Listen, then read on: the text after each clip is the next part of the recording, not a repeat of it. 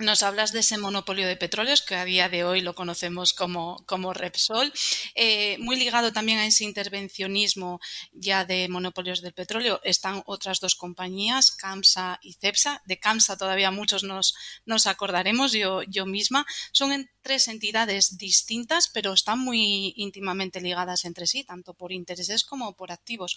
¿Podrías incidir, por favor, un poco en las diferencias, en la identidad propia de cada una? Bueno, vamos a empezar por lo fácil, porque la Vale. pregunta no es nada sencilla la respuesta. Vamos a empezar por CEPSA. CEPSA, que es Compañía Española de Petróleos S.A., aunque se la conocía coloquialmente como Petrolillos, porque era así como algo, lo grande era CAMSA y lo otro era algo pequeño, Petrolillos, fue desde sus orígenes una compañía privada. Fue creada en 1929, solo dos años después de que se promulgara el monopolio, por los hermanos Recasens, el Banco de Cataluña y sobre todo por Demetrio Carceller, aprovechando un resquicio que dejaba el monopolio, porque el monopolio era total, pero se circunscribía a la península y a Baleares. Entonces CEPSA utilizó el resquicio de Canarias y entonces allí se construyó la primera refinería española, pero con la idea de abastecer al mercado nacional. ¿Y cómo lo iba a hacer? Bueno, pues porque CEPSA tenía contratos con yacimientos petrolíferos en Venezuela. Contratos que, por cierto, Carceller había apalabrado mientras era alto directivo de CAMSA. Bueno, pero es verdad que se desarrolló económicamente muy bien. De hecho, Calvo Sotelo la miraba siempre con mucha admiración y decía, CEPSA hace todo lo que no hace CAMSA.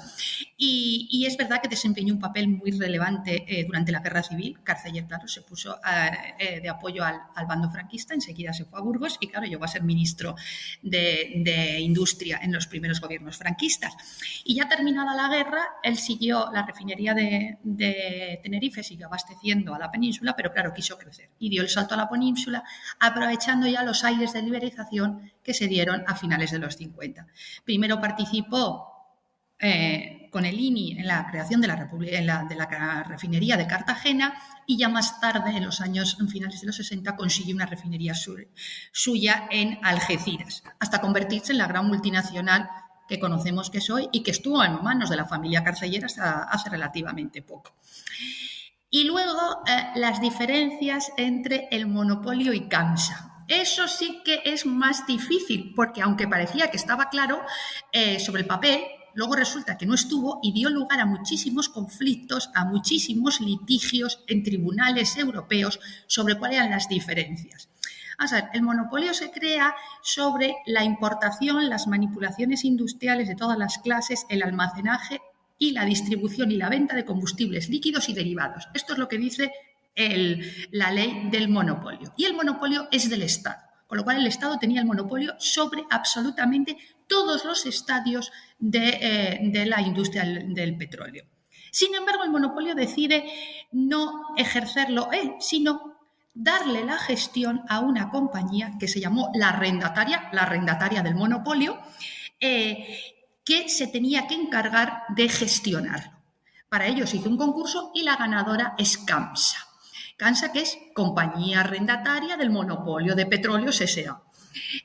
Pero claro, en CAMSA, que era una compañía privada, el Estado tenía el 30% del capital accionarial. Se llevaba la mayor parte de los beneficios y además tenía la capacidad de decidir sobre todas las grandes decisiones de la empresa. Con lo cual, el Estado era quien controlaba CAMSA, cosa que creó muchísimos conflictos entre los accionistas privados y el Estado.